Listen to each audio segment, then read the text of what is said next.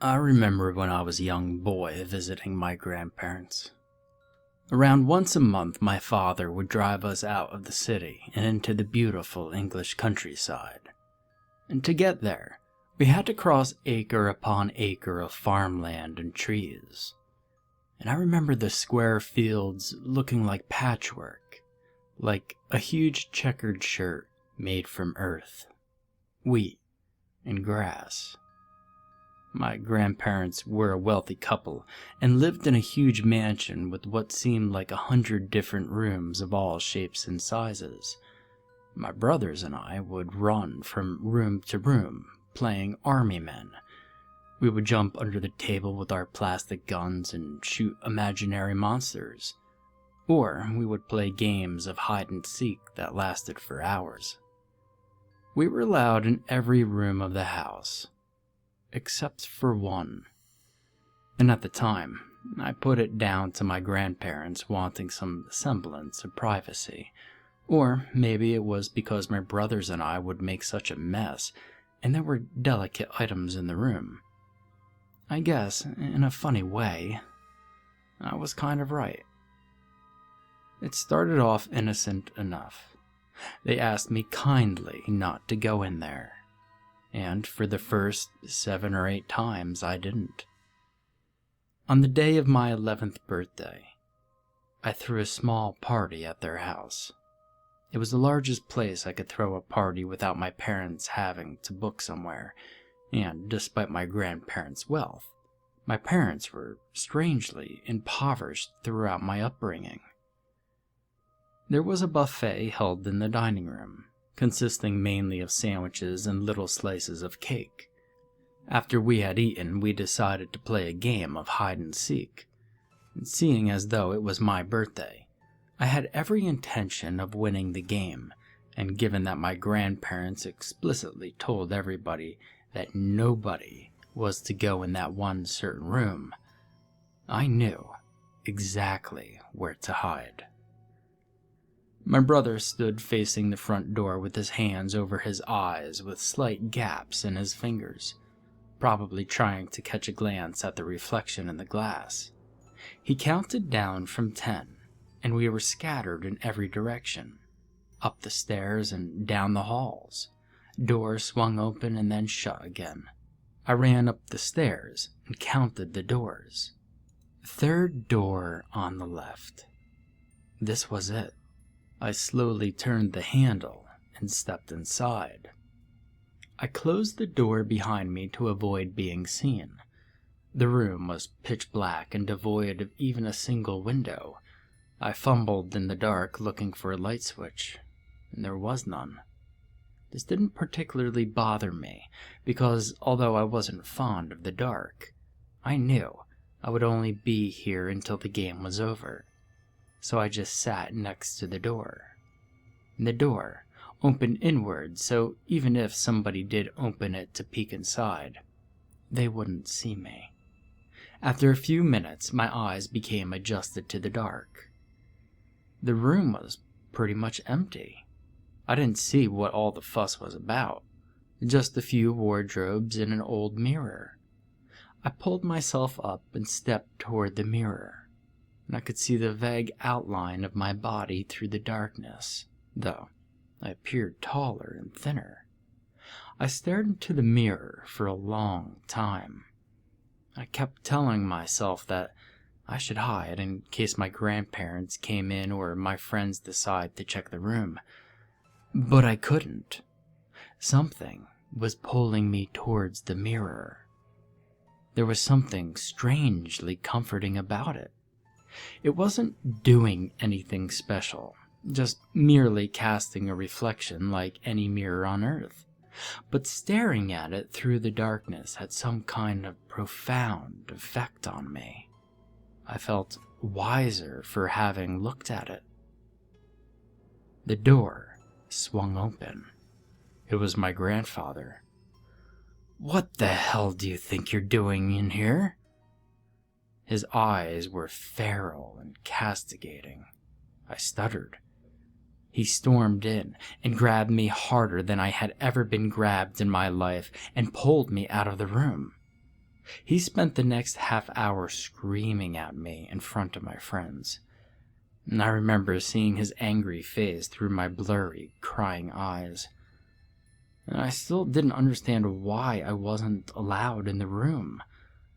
But if this was what happened when I did, well, then I knew I never wanted to go in there again. Some 15 years later, both my grandparents died. They killed themselves. They both killed themselves within the same year. And I had cut off contact with my parents as soon as I was old enough to move out. You see, they were mean-spirited and selfish, and I wanted no part of them. And I was left nothing in their will, but I was told that once my parents had taken what they wanted, that I could take whatever was left. And to this day, I don't know what it was that made me go, because there was nothing there that I honestly really wanted. And the house was completely barren. My parents must have taken anything that they could sell, and I walked around the empty rooms looking for anything either sentimental or valuable I could take. I walked up the stairs and checked every room until I was there.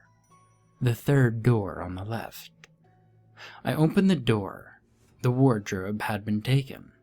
But that didn't matter. That wasn't why I was there. The mirror was still there, caked in dust. Maybe this is why it distorted my reflection so much. There were still no windows, but this time I could see that there used to be windows, and that they had been bricked up. The mirror was around 6 foot tall and freestanding, in oval shape. I would have difficulty getting it in my car, but besides that, I was excited to get it home. There was nothing else in the house of interest. Everything had been taken and probably sold by now.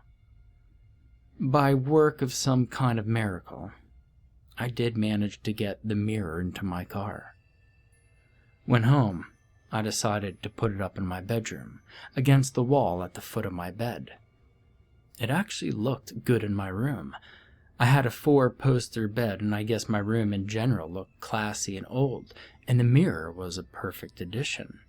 The mirror was old, I was certain, maybe Victorian, but then again, it could have been from caveman days for all I knew. I looked into the mirror for the second time in my life. I looked considerably older this time, with a raggedy beard and nicotine-stained fingers. The mirror hadn't lost any of its charisma, though this time I could see myself in the light of day, almost. The image was clearer, but I hadn't wiped the dust from it yet, so while it was brighter, I was still indistinguishable from anyone else who looked into it. Blurry and amorphous. I left the room to grab a sponge. When I returned, my room seemed darker and somehow smaller. There was no dust on the mirror. I put it down to lack of sleep and glanced into the mirror. My reflection glanced back at me. But something about this didn't seem right. It was certainly my own reflection looking back at me, and every time I moved, the mirror moved in sync. As any mirror should, but still, something seemed off. There was a shimmer in the eyes of the reflection that seemed almost alive. I pondered on the thought for a few seconds, staring into space as I did so. Out of the corner of my eye, I saw it. It may have been on the periphery of my vision, but I knew that I saw it. My reflection moved. Its head slowly turned toward me and smiled. Its eyes were wide, and its smile was menacing. I shot my head around to look at it directly, but as soon as I did, I returned to normal, and all I could see was my own terrified face. I decided not to dwell on it. I obviously just needed some sleep. So, that's what I did. I didn't dream that night, but I sure did sleep. It was like I would never wake up. I did wake up, but in truth, I wish I hadn't.